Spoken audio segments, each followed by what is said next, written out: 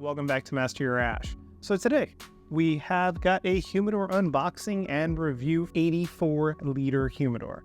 And I am aware that Cigars Daily Tim, he did a video review and tour of this humidor about 7 months ago. This is like the defunct humidor room right now. So this is currently where all of the majority of my cigars are stored. So I figured that I'd walk you through it. There's a little bit of plastic wrap to get unwrapped with this particular humidor, so we're gonna go ahead and do that first. It was freight shipped, very secure shipping process, and these are available on Amazon right now, so I'll leave the link and every single code and thing that I have.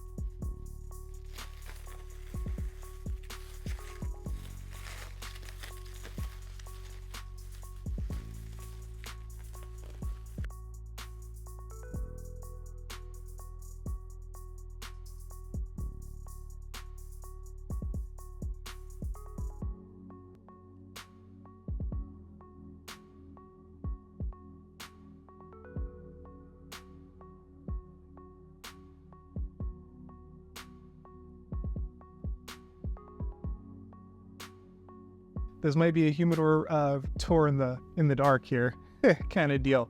But maybe if I open up, hold on. Need to let more light into the room. That's a little bit better. It does include a key, and that is for the lock that is down at the bottom here. I'll show some close-ups of the unit and some nice B-roll over the top of this. And I apologize once again for any dogs or cats that decide to make an appearance, but I will do my very best to call them out when I see them. Cigars Daily, Tim kind of went over the unit in very, very close detail, but I'll try to do my best because I believe that we both received the same units. He said that one of the biggest knocks on this particular unit was the fact that the control panel is on the inside of the unit, and he is 100% correct. That is kind of a deterrent because you do like to set everything. Now you can kind of hear there's almost nothing, and I have the microphone on my chest here, so I'm gonna go up close. It is very, very silent as it's starting up here, right? When I open this up, that's when you can kind of hear some things. Another thing is the shelves. So with the shelving, let's remove the manual here. With the shelves, if the door is parallel with the rest of the unit, you will not be able to get the shelf out. Any of the shelves, they hit the door, basically. So you have to open it up completely.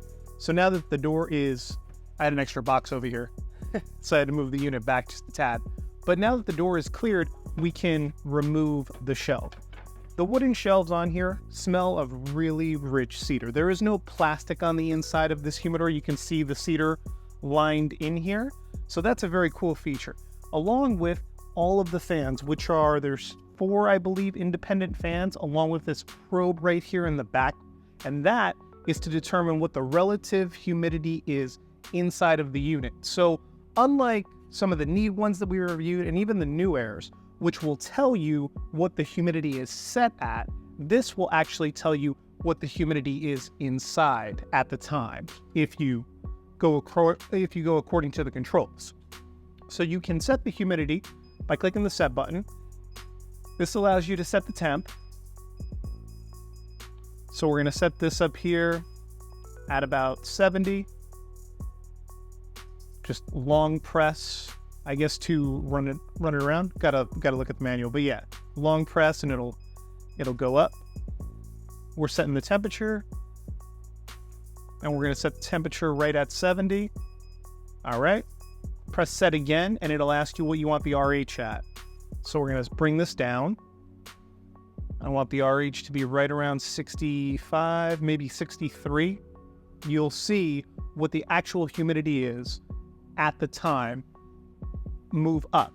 Same thing with the temperature. So that's kind of cool because a lot of electric humidors, especially the ones on the market for a lower price point, and this is a $1,200 unit, $1,300, I believe, on Amazon. So it's kind of tough, right?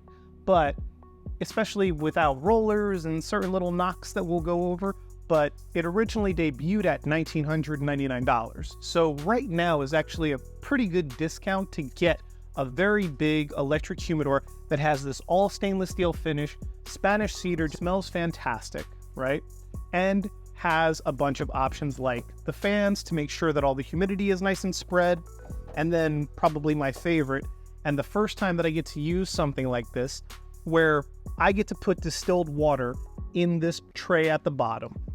The rubber kind of tape on the hose that feeds it is a little janky, but overall, to have one where you do not have to use humidity beads or bags, or humidity beads or Bovedas, is a really nice option. You can just go ahead, and I have one right here. Go to the store. This is, I believe, a gallon. You pick yourself up a gallon of distilled water, or if you have a reverse osmosis at home, you can go ahead and use that as well. And this will allow you to fill. There is a fill line at the top that will let you know 4.5 liters. So that is the max fill, which is a little over a gallon. It does say in the instruction manual that you want to allow this about 5 hours to season, which is fine. I think that most of the electric humidors nowadays, unless they're reeking of plastic, you really don't have to worry too much about the seasoning. You can start putting your cigars in after you throw in maybe a couple of humidity packets, or just leave some distilled water in there. With that all being said, like as we see the humidity kind of tick up and tick up and tick up at the top, I'm just going to shoot some B-roll on this. I do think that this is a very well-made unit. The stainless steel, even in the door, along with the seals on this, seem very high quality, which I like. And I think that overall, for the amount of storage that you get, because you basically have four trays that you can use for singles or for box storage, I think is really neat. And then 2 fans down at the bottom, 2 or 3 fans in the back, a total of 4 to 5 fans, along with the relative humidity probe, makes a really solid deal. Thank you all so much for liking, commenting, subscribing, continuing to grow the community here.